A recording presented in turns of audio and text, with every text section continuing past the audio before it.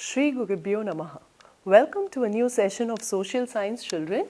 Today we are going to see a new lesson in geography, and the lesson is about the hydrosphere. So, do you know what is meant by hydrosphere?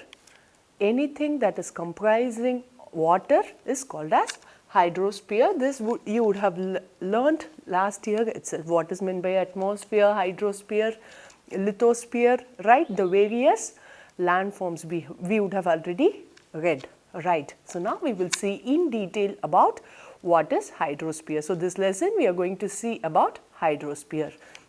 So, about 71% of the Earth's surface is covered by the water and 29% is covered by land. We all know this already.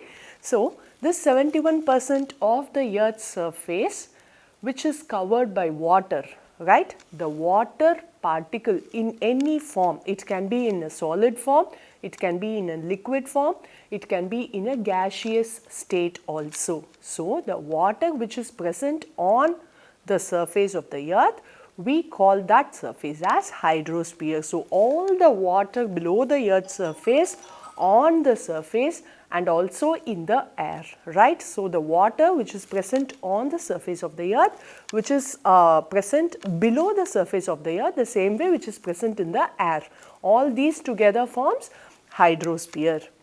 And water is important for survival of all living things. So, without water can we live? No, it is impossible. So, water is very much important for all the living things, and it is an important natural resource. It has various uses. Okay, it helps us in many ways. We use water for cleaning, washing, drinking. What else? Here for transport we use, in factories water is very much important, and we are even producing electricity from water. So, this layer of hydrosphere is very much important. So, now we are going to see where is the entire water of the earth. We have seen that 71% of the earth's surface is covered by water. So, where are these water present? We are just going to see about that. See first. So, the total global water, okay, the entire water, in that entire water, almost 96% of the water, that is out of this 71% of the hydrosphere, 96.5% is covered by ocean. Okay. So, the water which is in ocean is not used, or it cannot be used for regular usage by human beings, right. Only the sea or animals or sea organisms alone can live in this area, but we cannot use this water for drinking. So, after this 96.5% of ocean water, there is only fresh water of 2.5%. Okay, so, this 2.5% of fresh water, how are we having it? So, now we are going to see that. So, now the entire water is divided into two. One is ocean water, then comes saline water, and then comes fresh water. So, these three are the main categories of water we have, and in that too, this 96% of ocean water goes, and then we have only the fresh water for 2.5%. So, this fresh water, what is happening? This fresh water is having 68.7%. Okay, in this fresh water, 68.7% is comprised of glaciers and high caps, which means this is majorly found near the poles, okay, North Pole and South Pole, it is majorly found there. Then comes this groundwater, that is the water which is present just below the surface of the earth. So, this comprises of 30.1%, and finally, the surface of other fresh water, okay, the other sources of fresh water, it can be a river, lake, pond, all these stuffs, okay. So, all these comprises of only 1.2%.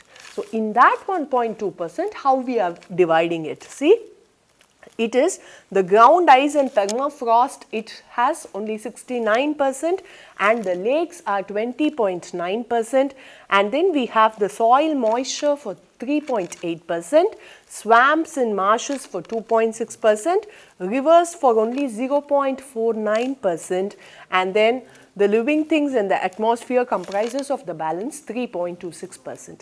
So, the water which we use, okay, it is less than 2.5%. We can use only the fresh water. We cannot use this ocean water. So, in this fresh water, we have all these classifications. Okay, so we can use only this fresh water, which is only 2.5%. So, how are we using that? Okay, so the oceans and seas contains about 97% of the total water in hydrosphere. So, the hydrosphere is made up of 71% of the earth's surface we have seen. So, in that 97% comprises of only oceans and seas. Okay, so this water is highly saline. Saline means more salt. Okay, the salt content is high. Saline means salt content. Okay.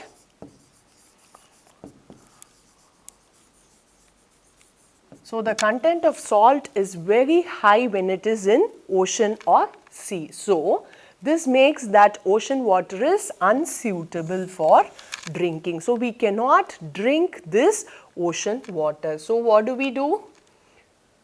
We are taking up the fresh water. So, here only 2.5% of the total water. Yes, we have seen 97% is ocean and sea. So, very obviously the balance amount is alone made up of fresh water. So, that fresh water is suitable for drinking and for us to live. So, this is where do we find these fresh water? We find it in rivers, lakes, streams and ponds, underground and also in the form of glaciers and polar ice. So, fresh water is available in all these forms.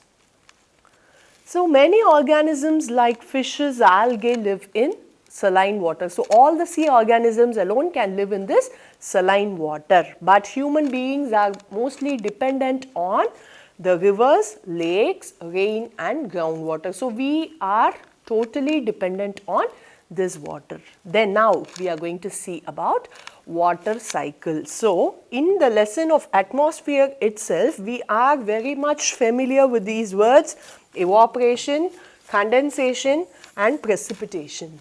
Okay, so we have already seen about this. So, what is meant by evaporation?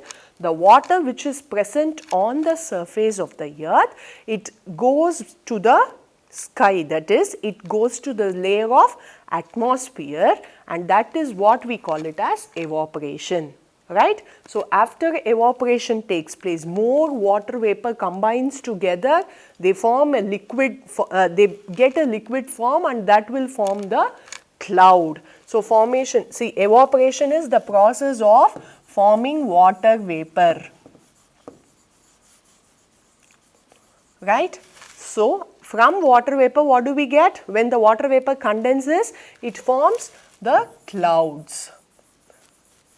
So, when this clouds, what will happen? When it becomes saturated at one point of time, more and more clouds put on one another, it will, the weight of the cloud will increase, and that is how it will precipitate and it will give us rain. So, during this precipitation, we get back the water which has gone from the earth by, it can be a rain, it can be a hail, sleet, snow, whatever.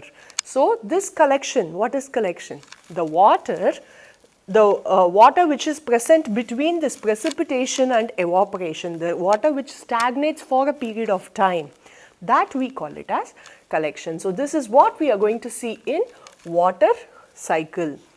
So, water continuously changes its form, it will not be stagnant in one form. Okay. So, the water from all over the surface of the earth, it can be from ocean, rivers, seas, lakes, streams, ponds, wherever water is there, even from the plant. Okay. The water which is already absorbed by the plant, it is again getting evaporated.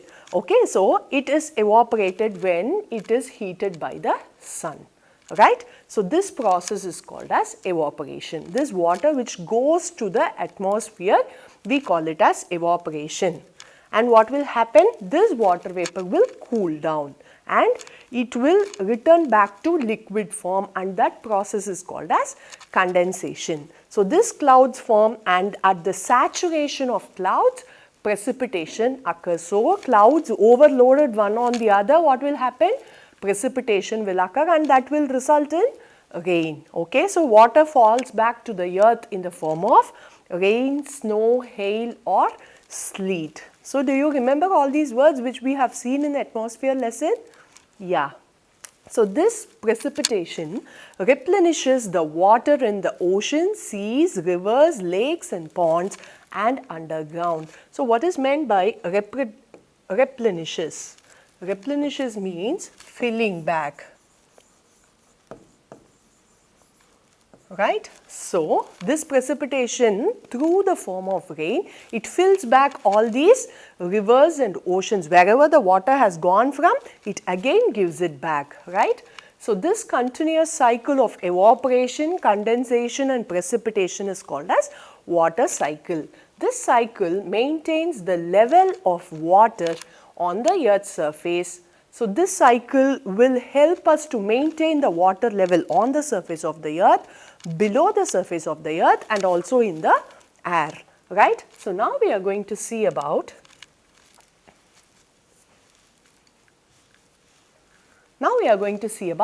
ocean circulation. So what is meant by ocean circulation? The water in the ocean is in constant motion. So we would have seen, we would have gone to beaches, yes. So the water in that beach or the sea, okay, the ocean will always be on motion. So it will not be stagnant. So what happens? This movement of ocean water, we have three different types. One is waves, the other one is tides and the third one is currents. So we are going to see about these three in detail in this lesson. First comes, how come these changes happen? How is the ocean circulation is happening? This is happening because of the force of the wind. Okay, so the air blows towards, we have seen about the breezes, right? Land breeze, sea breeze, we have seen. So based on the force of the wind, this circulation happens. The gravitational pull of the earth. So the earth's gravitational force is again an important factor that causes ocean circulation and the difference in the temperature of ocean water.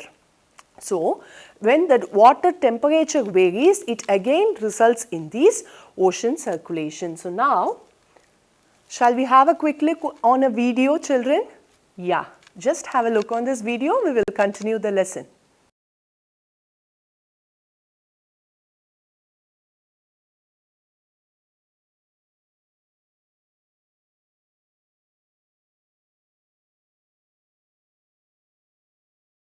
Yes, did you see the video? What was it all about? Yes, it is all about waves. So we are going to see about waves first. We have seen that ocean circulation is of three types: waves, tides and currents. So first we are going to see about waves. So the water on the surface of the sea or the ocean, when it rises up and it falls down, we call it as waves. Okay. So waves are mainly caused by the strong winds that blow across the surface of the ocean. So when the wind blows across the surface of the ocean and when it is strong in nature, the waves are occurring. The stronger the force of the wind, the greater the thrust on the water, producing bigger waves. So when the wind is strong, okay, so it will push or it will give pressure on the surface of water. Okay, so it gives bigger waves. When the wind's force is more, the pressure on the water surface is also more, thus it will result in bigger waves. So if the force of the wind is going to be normal way, then again the pressure is also going to be normal and it will result in normal waves, right? Next. Now we are going to see about the importance of waves. So these ocean waves are important for coastal communities, especially fishermen and the shipping industry. So fishermen and shipping industry, why is it important? By just seeing, observing from the shore, okay, the density of the wave, okay, the force of the wave, by observing, they will decide either they should go into the sea that day or not. Okay, so it is very much important. This ocean wave is a very important factor for these fishermen and shipping industry.